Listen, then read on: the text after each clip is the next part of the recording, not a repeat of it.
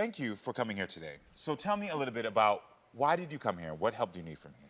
Because I want to save my marriage. We were best friends. We had a connection that I've never had with anybody in my life, and we were inseparable. And then things just started to change after the birth of our son. And they started getting a lot of emotional abuse, and it was physical at times, but mostly emotional. And the accusations towards me are just too much, and I want to prove that I'm telling the truth to him. In 2020, you two separated because you've been together for 9 years. Yes, And in that is 2020, you separated. Tell me what happened. So before that, he, when things started to change, it was, like I said, after the birth of our son, and he started like getting more distant. He actually ditched me on Valentine's Day to go out drinking with the guys. So, you know, and it just started getting worse, and then he all of a sudden had to go work out of town. And during that time, that's when he started, like, he didn't want to video chat with me and our children. He was busy drinking with the guys. But you were separated during this time, No, right? not during this time. This is what led up to the separation. Got it, okay. So then he started accusing me of cheating on him all the time. And then it got so bad that finally, Thanksgiving weekend of 2020, I asked him to move out. What do you think changed? I think he was seeing somebody the whole time that we were actually together, and he turned it around on me. So, I mean, because I found proof in the past, and I know he was talking to women online. You lost your best friend, so this is killing you right now. It is. And I'm tired of the accusations.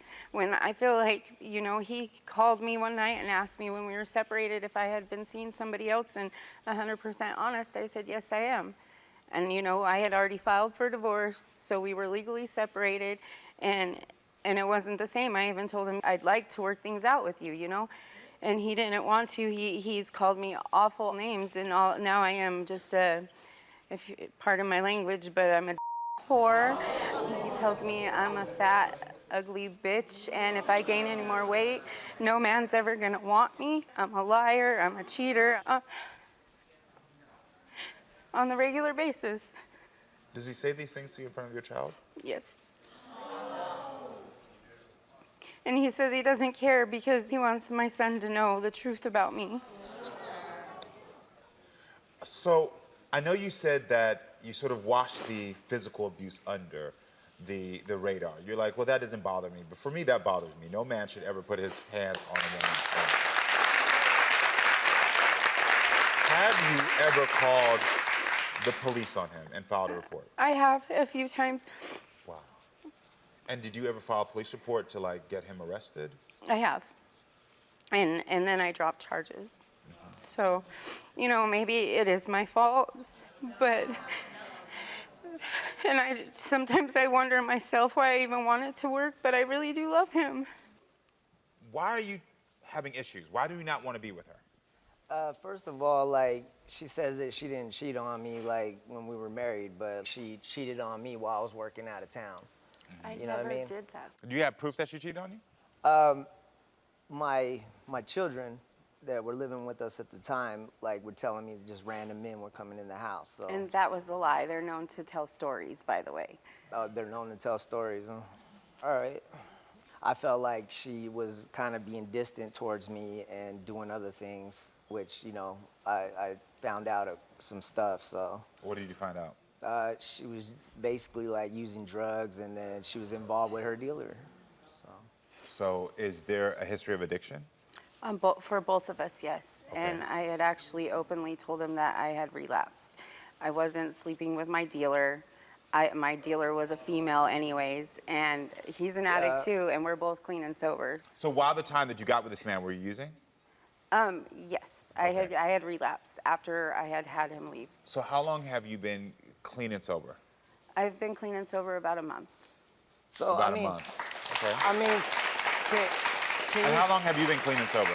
I've been sober for a while, like, I don't know, like about a year or so. He's been sober since March. I sent him to rehab in February. Yeah, I went to rehab and all that other stuff, but, like, I mean, you know, that's my main issue, was the infidelity and all that other stuff. You know, I know the name calling and like, you know. Well, yeah, we got to get into that and- because that was something that was quite alarming. The Yeah. physical abuse and also the verbal abuse. Yeah.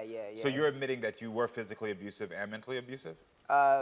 During the time, yes. And do you think that behavior was okay? No, I don't. Before we show the results of me unlocking your phone, Rihanna, Everett, I want to know, are you happy? No, I'm not. Why are you not happy? Because I feel like I don't recognize her no more. Like, at one point, she was like my best friend, and we did everything together, and I just feel like it's lost. I've been honest with you. I've been more honest with you than anybody else in your life, and you call me the biggest liar ever. You said, I don't recognize her. I don't think you ever knew her and she ever knew you because you met as addicts, and that's the truth. Yeah, that's true. That's true. All right, Everett, you wanted to unlock Rihanna's phone. Our Unlock the Phone investigator discovered that there was nothing in the phone that was sketchy. No texts, no social media, no messages, and there was nothing that showed that she had cheated on you. There you go. Now what?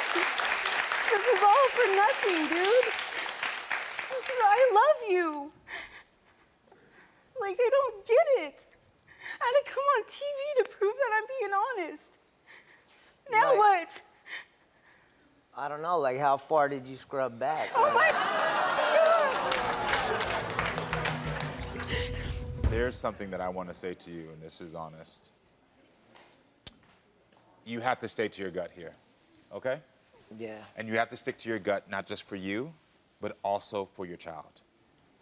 You've been through addiction. I know you probably had some trauma in your own life, and you don't want your child to have that as well. Yeah, I've had a lot of that, so. Yeah. Look, I've been through a lot of things. I can believe it. I can imagine know. it. But the thing is that you have an opportunity, and I can see that you're trying to break that cycle. She's scared to break that cycle. And sometimes in relationships, one of you have to be a little bit more forceful mean, and say like, it's done. Yeah, like Because there can't be. I still love her, like, you know. I what know, mean? but It's that like- love can't keep you all together. Yeah. Because it's unhealthy. You're being physically abusive, mentally abusive, emotionally abusive. It's not healthy. And I think that if you stay together, the only thing that's going to happen is you're both going to relapse again.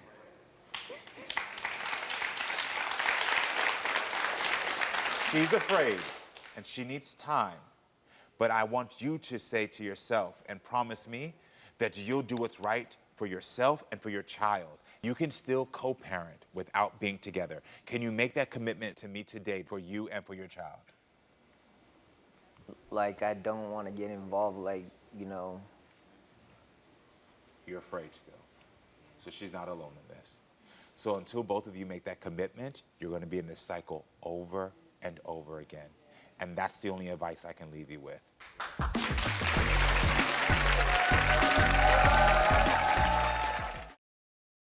Hold on, where are you going? I'll tell you where you're going. Right here to subscribe and right here to watch more. Period.